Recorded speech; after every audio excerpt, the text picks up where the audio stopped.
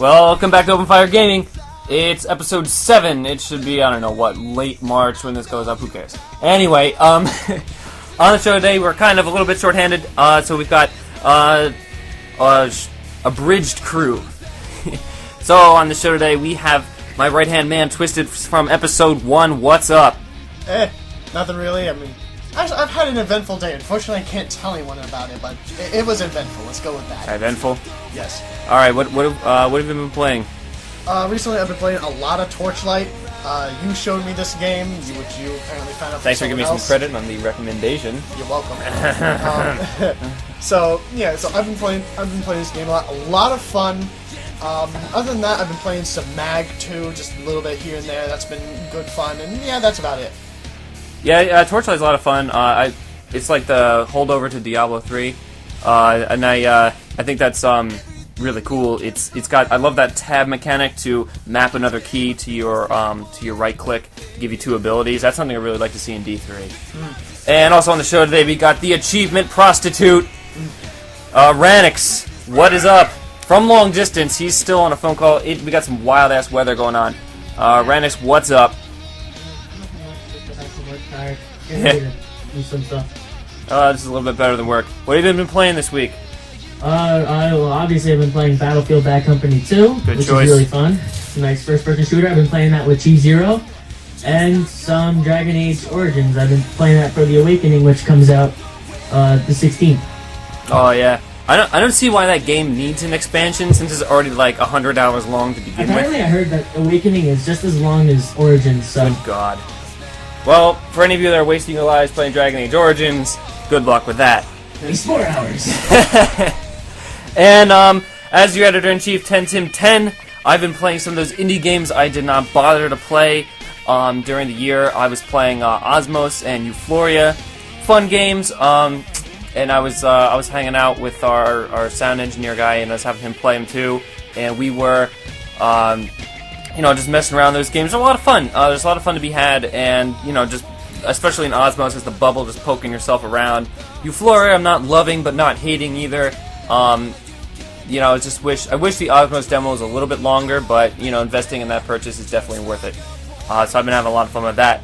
And speaking of our sound engineer, we're being recorded by Jamie Martinez today on the soundboard, doing a great job and helping us out, recording from the phone call back into the real world, and it's really cool. So I'm glad that we're able to make the connection, keep these shows coming out. So let's stop screwing around and get to the great topics. God of War 3, here we go.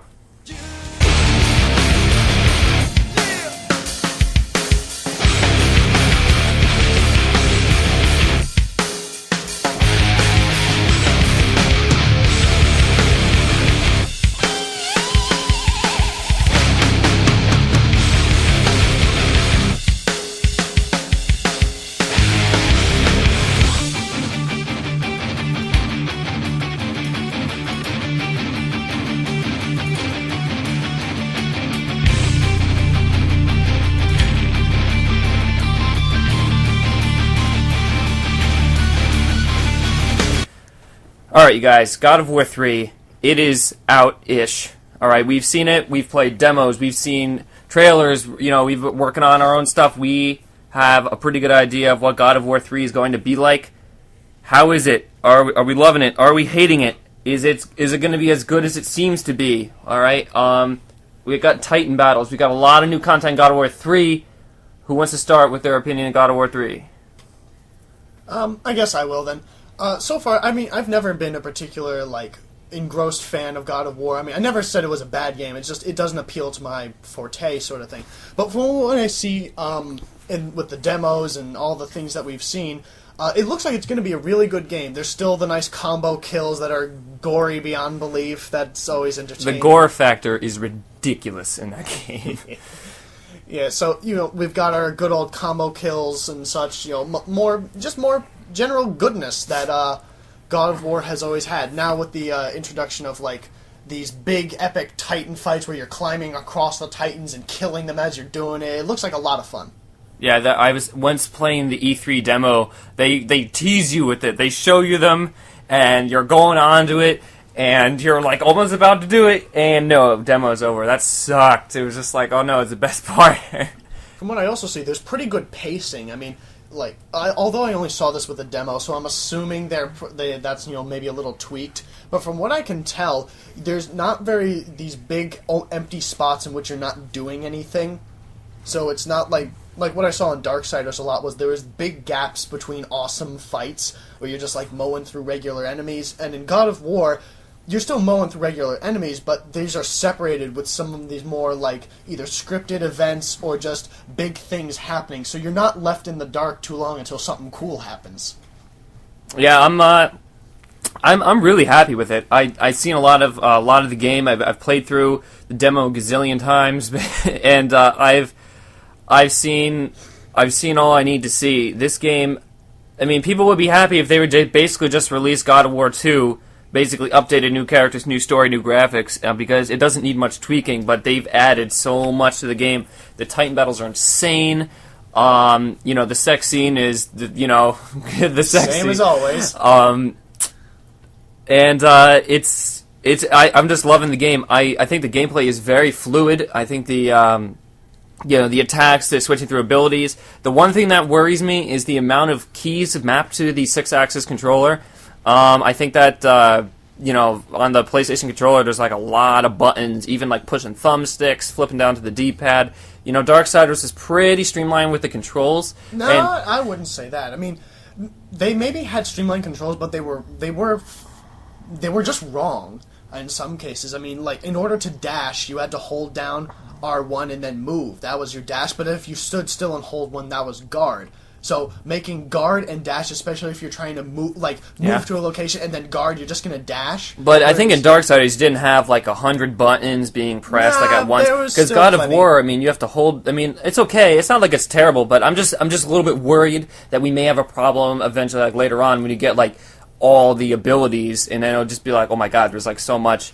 I'm afraid it might be overflow. Which would be, I mean, I have a lot of faith in it. I don't think it's gonna be like terrible, but even from the demo, you acquired a head, right? You already have a lot going on already. So I mean, it seems pretty quickly you're gonna be, and it probably ease you into it, and I think that's like the saving grace. But it just seems to me that maybe we may have a problem with control scheme and gameplay later on. Yeah, but they give you ample time to adjust the controls, and they give you like new abilities when you should need them, sort of thing. And any God of War fan will easily adapt to the controls because they've done them before. I mean, many of the combos are still the same, so it's not like brand new content. It's like surprise, triangle is now jump. Yeah, that's a good point because it's back in the old E3 demo, they didn't even bother explaining anything. It was like you look at Kratos' face, and then it was into the game, and after like 10 seconds they pop up controls, but you're already surrounded by enemies. So the God of War 2 fans are already engrossed in battle. So I think they have a pretty good idea that people know how to play a third-person action game. It's many games have copied basically the standard set by God of War, but I'm so happy with it. I think it's going to be great. It's coming out in North America. What is it? The March 16th? Yes. 19th in Europe. Yeah. 19th in Europe and 18th in Australia. Yeah, that's it's looking great. It's we're going to definitely have a review of that up soon because it just looks so good. I got a really great impression from it. Well, Ranix, you've been pretty quiet. What did you think of your hands-on with God of War 3? Well, not to be mean to anyone, but I actually like the Dante's Inferno demo better than God of War 3. Great, that's going to be a problem. Yeah. Well, I never actually played a God of War game before, and the first time I got the